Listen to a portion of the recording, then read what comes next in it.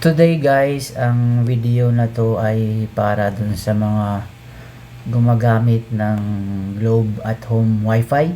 So kung gamit nyo sa inyong mga bahay na internet ay Globe at Home Wi-Fi, so dapat meron kayo nitong naka-install na apps na Globe One. So dito sa Globe One is dito tayo nagbabayad ng ating bill ng internet pag naka Globe at Home Wi-Fi tayo.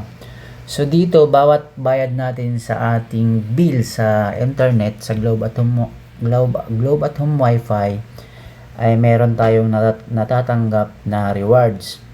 So ngayon, ipapakita ko sa inyo, meron na ako ditong rewards. So ang rewards na to ay pwede ko siyang i-convert to GCash voucher. So pwede natin siyang, or GCash money. So pwede natin siyang i-convert or i-redeem. So ang gagawin lang natin, so wait lang natin ma-open. So ito, ayan, kung makikita nyo dito sa may bandang baba, meron tayo ditong rewards points. So dito guys, yung rewards points na to ay pwede natin itong siyang i-redeem. So ngayon, ang ipapakita ko sa inyo is kung paano ba siya ma-convert to GCash. And then, papasok talaga sa atin na GCash money. So, ngayon, ang gagawin nyo lang is pumunta kayo dito sa rewards. Yan. Click nyo lang yan. And then, marami kayong pagpipilian dito. So, ngayon, ang aking pipiliin ay ang GCash voucher muna. Pwede ko siyang gawing cash. So, ang gagawin lang natin is click nyo lang tong view more. And then, so hanapin nyo lang dito guys yung vouchers. Yan. Click nyo lang yan. And then, scroll down nyo lang.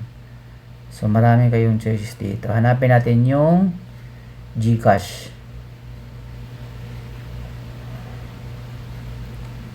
So, ito siya guys. Oh. So, pag i-top up ko siya, meron siyang 100. So, ito muna. So, ang babayaran ko is 105. So, meron akong 200. So, pwede akong mag-convert ng dalawa. So, redeem ko lang. Redeem. Ayan.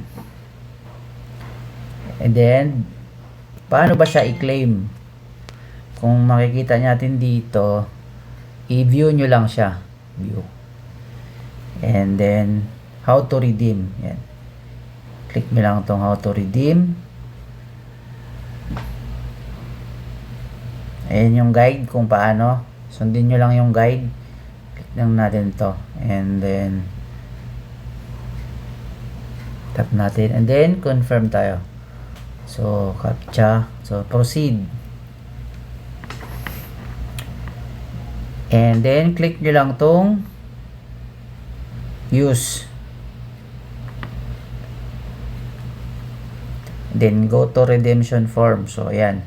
So dito ilalagay niyo yung GCash number niyo and then email address. Yan. Lagay lang natin yung GCash number natin. Sa may checkbox sa baba. And then paki-double check na lang yung details, kung lalong-lalo na yung GCash number niyo. So pag done na kayo, click niyo lang tong redeem.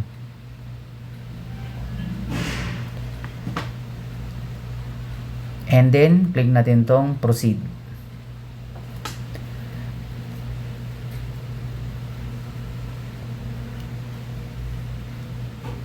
Ayan, kung makikita nyo dyan guys, and kung makikita nyo sa notification natin, meron akong na-receive na 100 pesos sa aking GCash.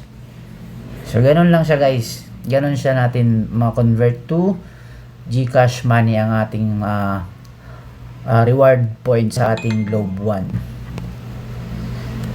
So, yun lang guys. Thank you for watching.